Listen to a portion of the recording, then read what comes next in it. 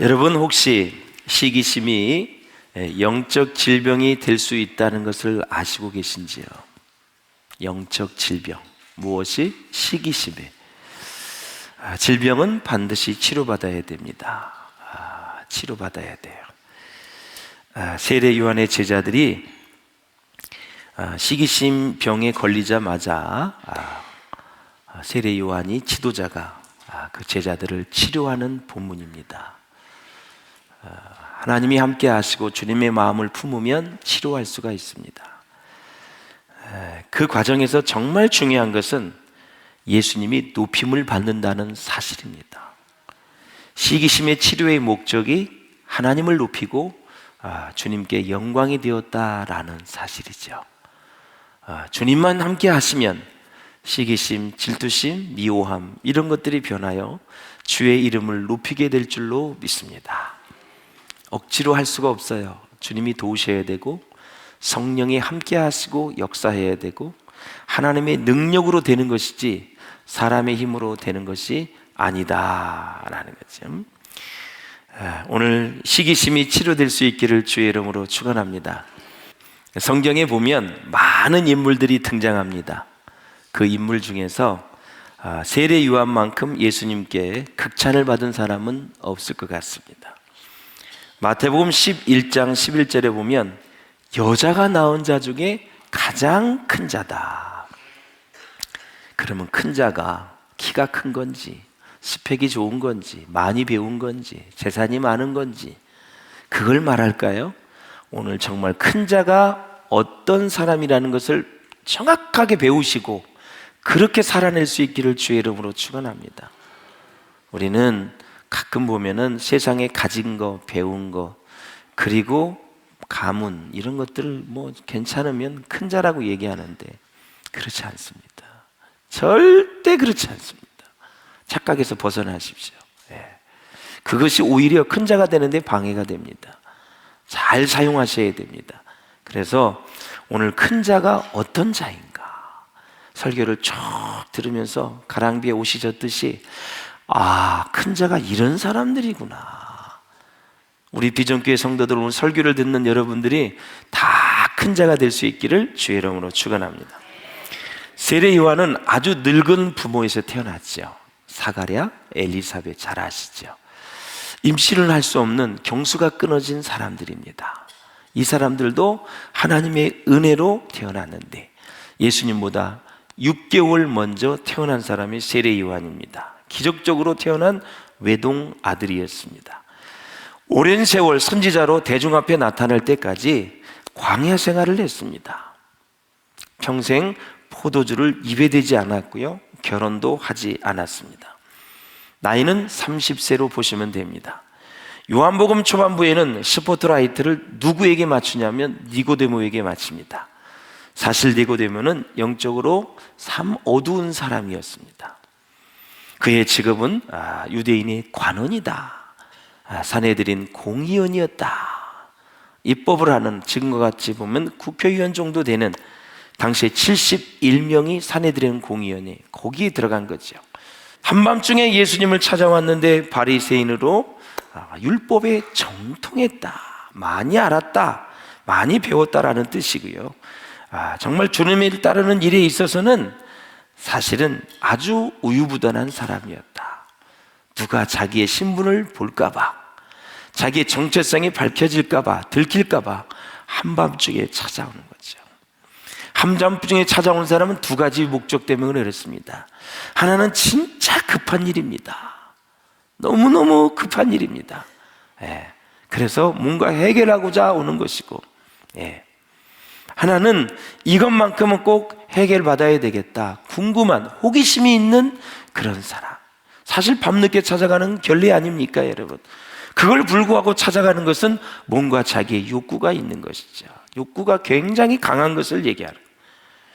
예수님은 니고데모에게 다짜고짜 물과 성령으로 거듭나라, 다시 태어나라 말씀하고 있는. 너의 그 정체성 가지고는 하늘나라 갈 수가 없다. 물과 성령으로 거듭나야 하늘 나라에 들어갈 수 있느니라. 할렐루야. 그 거듭남의 중생의 중요성을 말씀하셨어요. 자, 이제 본문은 세례 요한에게 초점을 맞추고 있는데, 세례 요한은 여러 주변 환경 때문에 그의 믿음의 자세가 흔들리는 것이 아니라, 요동치는 것이 아니라, 여러 가지 주변 환경이 어려움에도 불구하고 오히려 하나님 앞에 충성하는 모습을 보여줍니다. 저는 여러분의 모습이 그런 모습이 될 수 있기를 주의 이름으로 축원합니다. 목사님, 나 힘들어요, 어려워요, 나 이거 시키지 마세요, 저거 시키지 마세요, 간섭하지 마세요, 그러지 마시고 어려울 때일수록 여러분의 신앙의 진면목을 보여줄 수 있기를 주의 이름으로 축원합니다. 어려울수록 하나님을 의지하는 것이 성경이 우리에게 요구하는 것입니다. 더 힘들수록 하나님께 가까이 가는 것이 성경적입니다. 그러니 여러분, 좀 힘들어도 내가 귀찮게 안 할 테니까 하나님께 가까이 가십시오. 뭐로 가까이 갑니까? 기도로, 말씀으로, 충성으로, 헌신으로 가까이 가보십시오. 우리 주님이 여러분을 얼마나 기다리시는지, 얼마나 많은 위로를 주실는지, 얼마나 많은 축복을 주실는지 이를 말할 수가 없어요. 하나님께 가까이 갈 수 있기를 주의 이름으로 축원합니다. 작은 충성이 나중에는 큰, 여러분, 뚝이 터질 수 있는 축복을 받을 수 있다라는 사실이에요. 할렐루야. 작은 것이라도 노 하지 마시고 예스, 힘들어도 예스, 마음에 안 맞아도 예스, 비합리적에도 예스 하고 나가면 거기에 길이 열리게 돼 있어요. 할렐루야.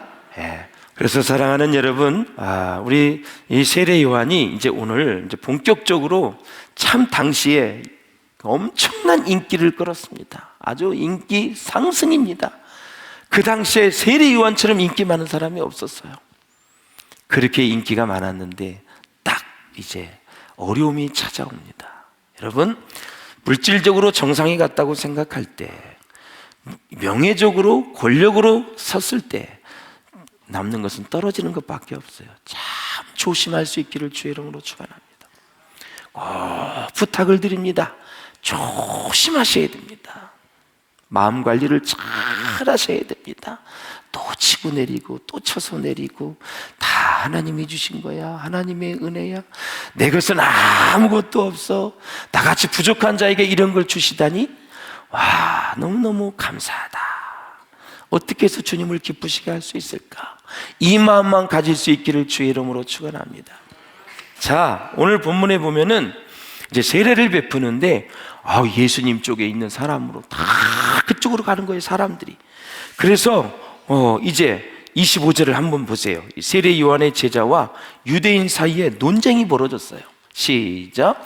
이에 요한의 제자 중에서 한 유대인과 더불어 정결 예식에 대하여 변론이 되었더니, 자, 이때 변론이 되었어요. 이 다투던 유대인이 세례 요한 제자들에게 이렇게 얘기하는 거예요. 너의 스승 세례 요한보다 예수님의 인기가 대단해. 말도 못해. 세례 요한 너네 스승 끝이야. 더 이상 이제 여기에서 기득권 없어. 봐봐, 저쪽에 사람들 예수님에게로 다 가는 거 봐봐. 이렇게 얘기를 하는 거예요. 이렇게 충동질하는 사람이 있어요. 지금 이 사람은 이미 이간질의 영, 분열의 영이 벌써 다 그 말할 필요가 뭐가 있어요? 그거 팩트면 그냥 보게 놔두지. 막 마음을 격동시키는 이 사람. 네. 자, 예수님께로 다 간다는 것입니다. 마음이 상하고 기분이 나빴던 세례 요한의 제자들이 요한에게 또 이렇게 말합니다. 그걸 듣더니 26절입니다. 시작. 라비여, 선생님과 함께 요단강 저편에 있던 이 곧 선생님이 증언하시던 이가 세례를 베풀매 사람이 다 그에게로 가더이다. 이렇게 얘기하는 거예요. 인간적으로 세례 요한은 이 말을 듣고 예수님에게 아마 질투심을 느낄 수 있어요. 시기심이 일어날 수 있어요. 사랑하는 여러분, 결론부터 말씀을 드리면 신앙의 마지막 열매는 무엇일까요? 바로 겸손입니다. 할렐루야.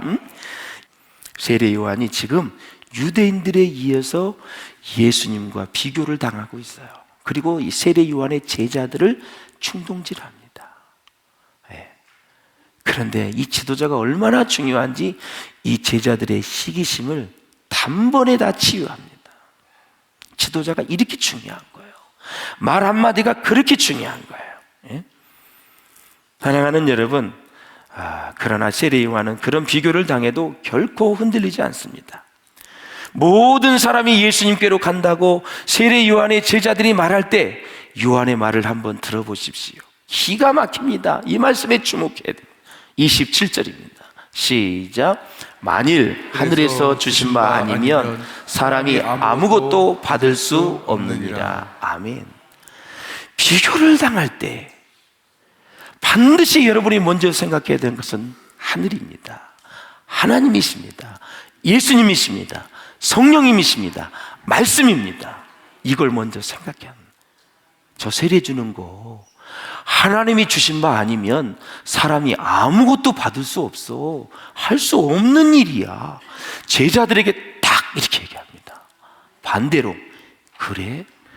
내가 30년 동안 여기서 털을 잡았는데 어떤 여기 와서 이렇게 하는 거야. 이거 당장 안 되겠다 해가지고 아주 피투성이 나게 싸울 수도 있는 거예요. 예. 여러분, 사람 간의 시기보다 영적인 시기가 얼마나 무서운지 아시죠? 영적인 시기. 제가 목회를 해보고 성경을 보니까 영적인 시기가 제일 무서운 거예요. 예?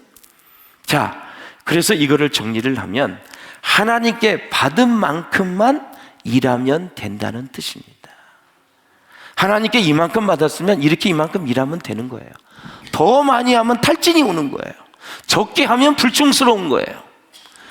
딱 여러분들이 받은 만큼 열심히 일하십시오. 목사님, 저를 너무 과대평가해서 사역을 많이 주셨는데 정말 목사님 내가 할 분량은 이 정도인 것 같습니다. 얘기해 주세요. 그러면 딱 정리를 해드리죠. 막 어렵게 인간의 힘으로 하지 마세요.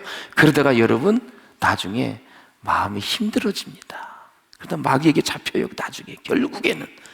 그러니까 언제든지 하나님께서 주신 만큼 받은 만큼만 하시면 된다. 더 깊이 정리해 드릴 수 있겠습니다.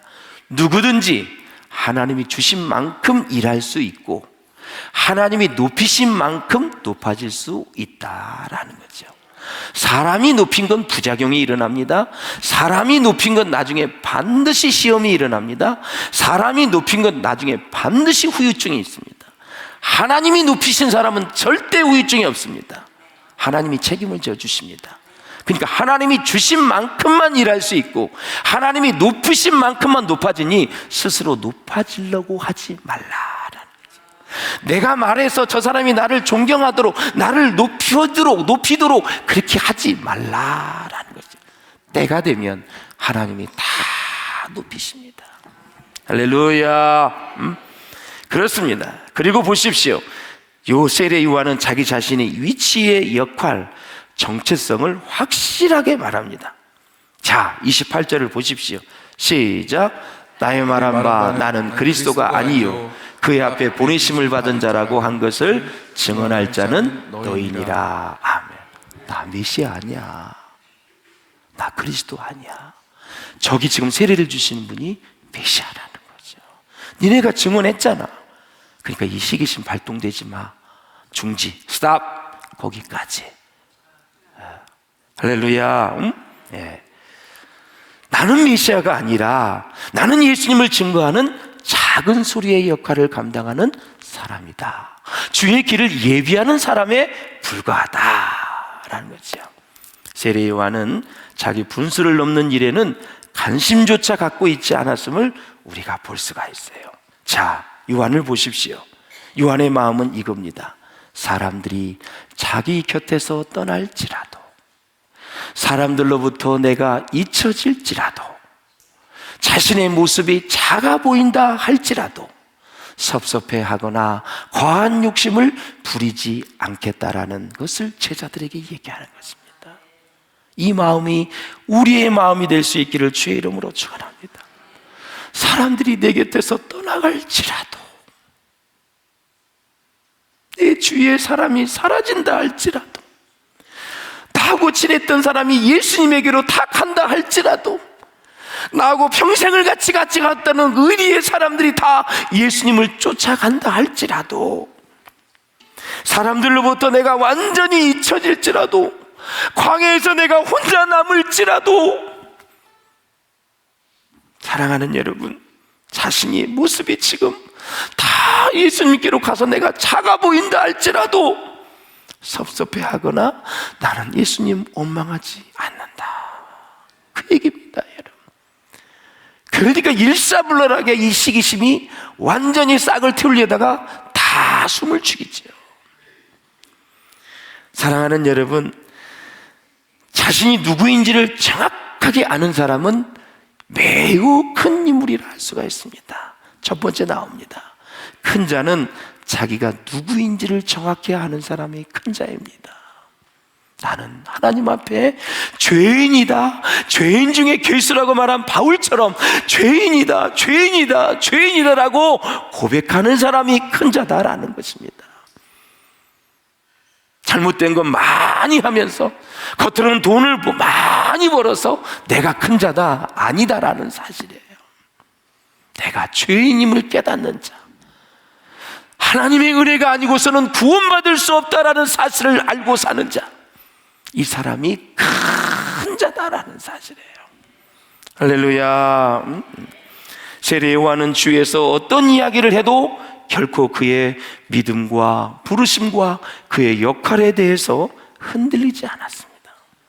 여기서 우리는 좋은, 아주 귀중한 교훈을 얻게 되는데, 악한 마귀는 제일 먼저 누구를 공격하느냐? 위를 공격합니다. 위. 가장 위에 있는 사람, 교회로 치면 담임 목사님, 부목사님, 장로님, 권사님, 안수집사님 식으로 계속 공격을 합니다.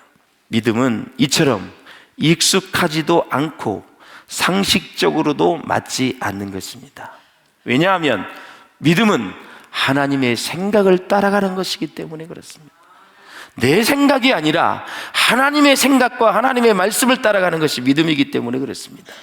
본문에 보면 아주 높은 차원의 성경적인 행복의 비결이 있습니다. 예수님께서 왜 세례 요한을 세상에서 큰 자라고 칭찬하셨는지 두 번째 이유입니다. 29절입니다. 시작. 신부를 취하는 자는 신랑이나 서서 신랑의 음성을 듣는 친구가 크게 기뻐하나니 나는 이러한 기쁨으로 충만하였노라. 아멘. 그 예수님을 그렇게 기뻐하는 거예요. 예수님을 신랑으로 보시고. 어디서 이런 기쁨이 오는 것일까? 질투가 없어야, 시기심이 없어야 그런 마음이 오지 않겠습니까? 여러분, 성경에 질투하는 마음은 사람을 썩게 한다 그랬습니다. 잠언서에 보면 시기는 사람의 피를 마르게 하고 골수를 마르게 한다 그랬어요. 어떤 일을 만나든지 우리는 기도하고 잘못을 회개하면서 시기와 질투 없이 살아야 될 줄로 믿습니다. 내게로 오던 모든 사람이 세례 요한은 예수님께로 가도 전혀 상관이 없다라는 것입니다. 왜냐하면 이게 중요합니다.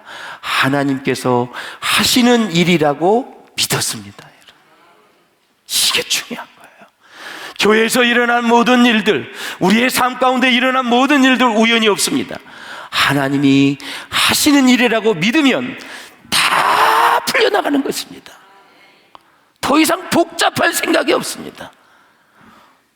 사랑하는 여러분, 진리 안에서 자유하시기를 주의 이름으로 축원합니다. 그러면 사람의 본질을 네 가지로 설명하는데, 이거 보면은 소리가 나올 것입니다. 자, 인간의 본질 네 가지입니다. 첫째, 인간은 허물과 죄로 이미 죽은 존재입니다. 둘째, 인간은 세상 풍속을 따르는 존재입니다. 태어나면서부터 본질적으로 세상을 따라 살게 되어 있습니다. 셋째, 인간은 공중의 권세 잡은 자에게 종노릇하는 존재입니다. 세상을 쉽게 살려면 사탄을 따르면 쉽습니다. 세상을 쉽게 살려면 마귀가 원하는 대로 사세요. 그럼 너무 쉬운 거예요. 넷째, 인간은 본질상 진노의 자녀입니다. 인간은 죄로 말미암아 이미 영적 사형 선고를 받은 상태이기 때문에 하나님의 은혜가 아니고서는 살 수 없는 존재가 바로 저와 여러분의 인간의 모습이다라는 거예요. 할렐루야.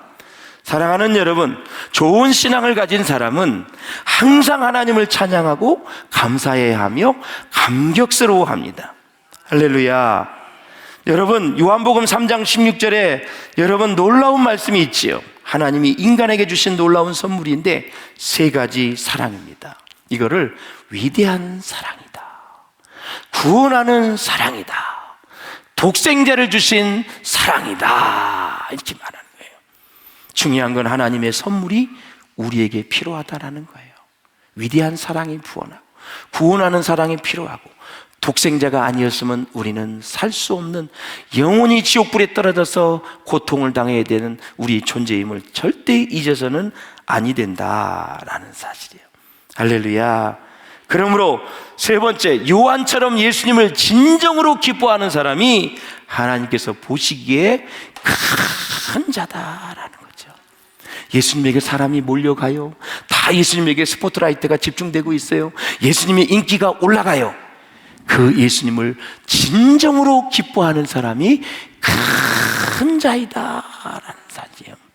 다시 말씀을 드리면, 하나님이 역사하는 곳에, 하나님이 일하는 곳에 그것이 하나님이 일하신다고 인정하고 기뻐하는 사람이 큰 자이고, 그것이 사람이었을 때 그 사람을 축복해주고 인정해주고, 그 사람이 하나님이 복을 주었다고, 하나님이 함께 하셨다고 그렇게 인정하는 사람이 큰 자이다라는 거죠. 입이 크다고 사람이 큰 게 아니에요.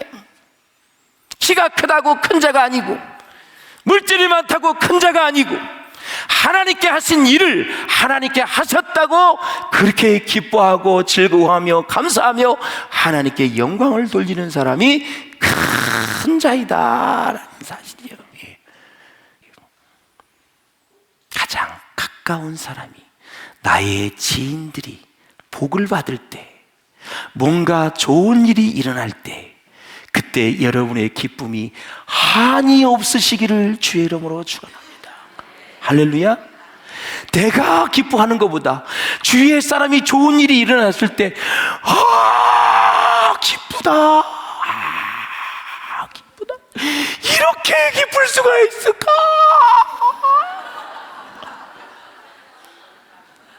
이런 마음을 가진 자가 큰 자다라는 사실이에요.